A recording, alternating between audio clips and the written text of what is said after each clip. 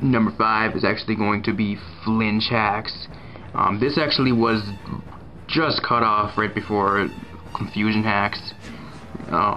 Flinch Hax, I actually do consider this a Hax, even though it is not the most common Hax.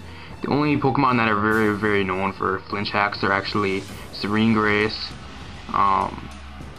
Jirachi, and Togekiss. So Togekiss is basically Serene Grace. You have Air Slash, and you can sometimes even throw a Choice Scarf or even a King's Rock onto it to even get more Flinch Hax possibilities. It's like a 60% chance to actually flinch with those two Pokemon. Iron Head being for the Jirachi too. Those are actually the most notable ones. There might be some more out there I just can't think off the top of my head, but Dunsparce I think might be a Flinch Hax or two because it does have the headbutt and shit. But it's basically one of the most annoying things. If you flinch, basically your opponent goes before you has a move that actually makes you flinch, and you're unable to move for that turn, and you take the damage, and your opponent probably still goes before you and eventually kills you. It is very, very actually annoying in a battle when you're trying to actually kill something. Either they show you Scarfed or they outspeed you and get a couple Flinch Hacks. It has happened to me a lot of battles where I'm sitting here, I try to put something in and actually try killing it, and I end up getting Flinch Hacks out of my mind, and I lose the counter for the Pokemon that's on the field. So gotta really look out for Flinch Hacks. That's why it's gonna be number 5. Even though it is not one of the most common hacks, I still want to put it on this list because it's a little bit more lethal than Confusion Hax, in my opinion. Otherwise, Confusion Hax probably would win it about number 5. So number 5 is actually going to be Flinch Hax. Number 4 is actually going to be Burn Hax. Burn is actually a move called Will-O-Wisp, which is carried by most wall/prankster type Pokemon. Good examples of prankster type Pokemon with Will-O-Wisp is actually Bayonet, which can notably learn it. But most pranked Pokemon actually carry T-Wave. But basically, what Burn does for you guys, if you guys do not know, basically Burn. Say you come in, you're Mega Pidgeot. You come in, you have normal attack stats. If you get burned, you're going to -2. That's basically what the burn does. It minuses 2 your attack. So if you come in on normal attack, and you get burned, you're going down -2 stats in attack. So then you're not able to even hit that hard, and it's very good for defensive walls, defensive cores, stuff like that. And it also does some decent actually residual damage. If you have a wall, you need to get burned. You have no toxic or anything like that on your team, at least burn it so it can actually get some residual damage. Notable counters to burns though: you cannot burn fire type Pokemon and Pokemon with the Flash Fire ability, which actually 1.5 times their fire type moves. But Burn Hax is very annoying, especially if you're a physical attacker. I'm pretty sure everybody's been screwed over with getting burned or something like that. It also on Heat Wave actually has a 10% chance to burn. Fire Punch has a 30% chance to burn. There's a lot of moves that actually have a chance to burn too. But actually the one that actually always causes a burn with a 80% chance, oh shit, I can't talk today. 80% chance of accuracy is actually Will-O-Wisp, which is the most common move run if you would like to burn a physical attacker, which is mostly things getting burned.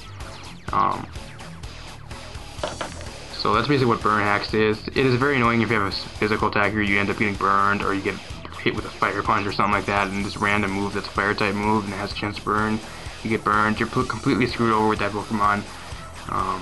You cannot really do too much actually with a burn Pokemon. You can at least still do damage. That's why it's not higher up on the list. That's why it's at number 4. But you can at least attack still, and you can at least do some little bit of damage if you're a physical attacker, but otherwise you're not going to be doing too much damage, and that's why Burn is actually number 4 on this list. Number 3 is actually going to be Toxic/Poison Hax.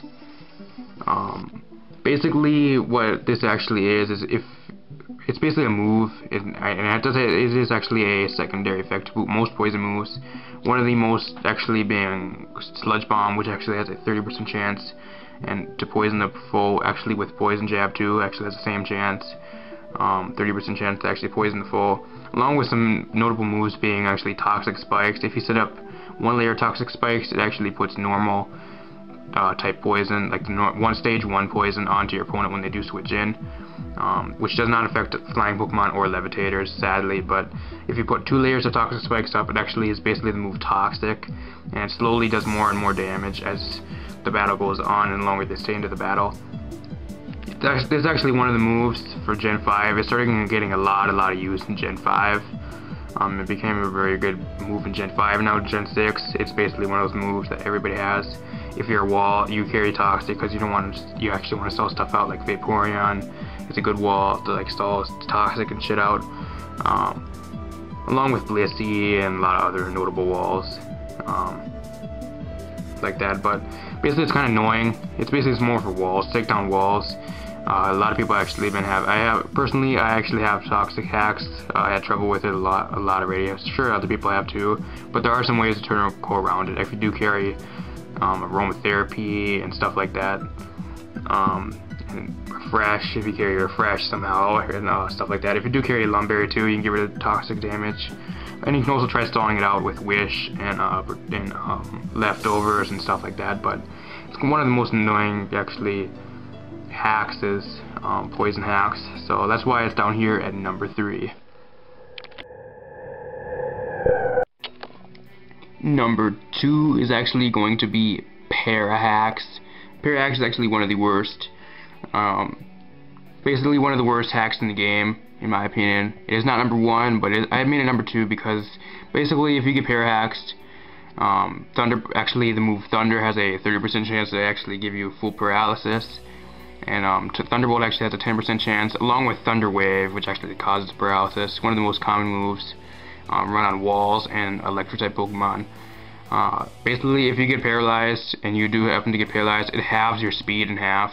So, say if you're base 100, it takes you down half of, pretty sure it's half your speed. If I am wrong on that, please correct me in the comments below. I'm not quite sure. I'm pretty sure it's half your speed.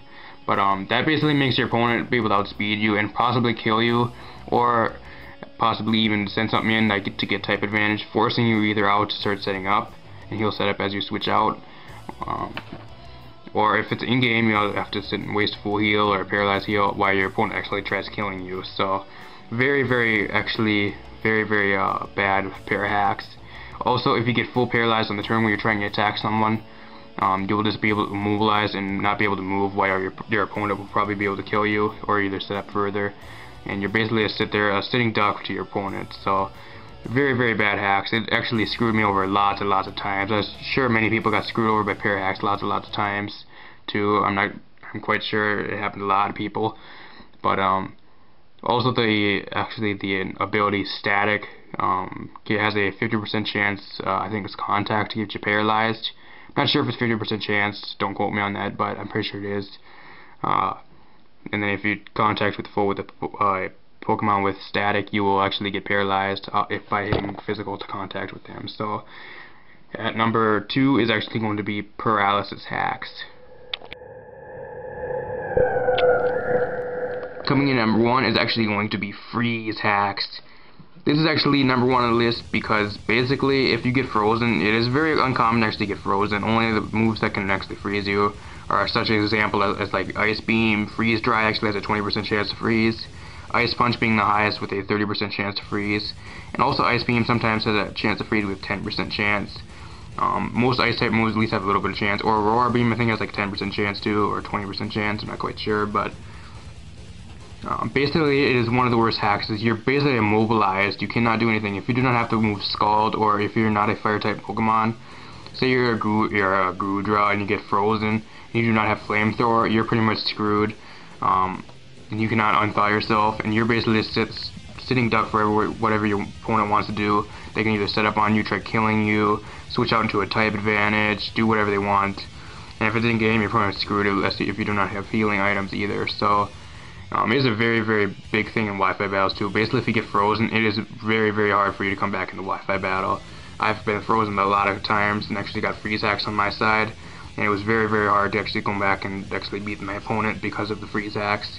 Especially if you get a lot of turns of freeze hacks. Most turns you can probably get is like 3, but this actually got 12 turns here, so very bad. It's one of my worst pet peeves of hacks. That's why it's number 1 on this list. But that is actually gonna wrap up the video, guys. Hope you guys did enjoy. Tell me you guys' opinions in the comments below, your top 5 in the comments below, and also drop a like on the video. Really appreciate it. If you guys do want more top 5s, show some support with the like button and subscribe if you are new. That being said, though, I'm gonna get the hell out of here. See you guys next time. Hope you enjoyed.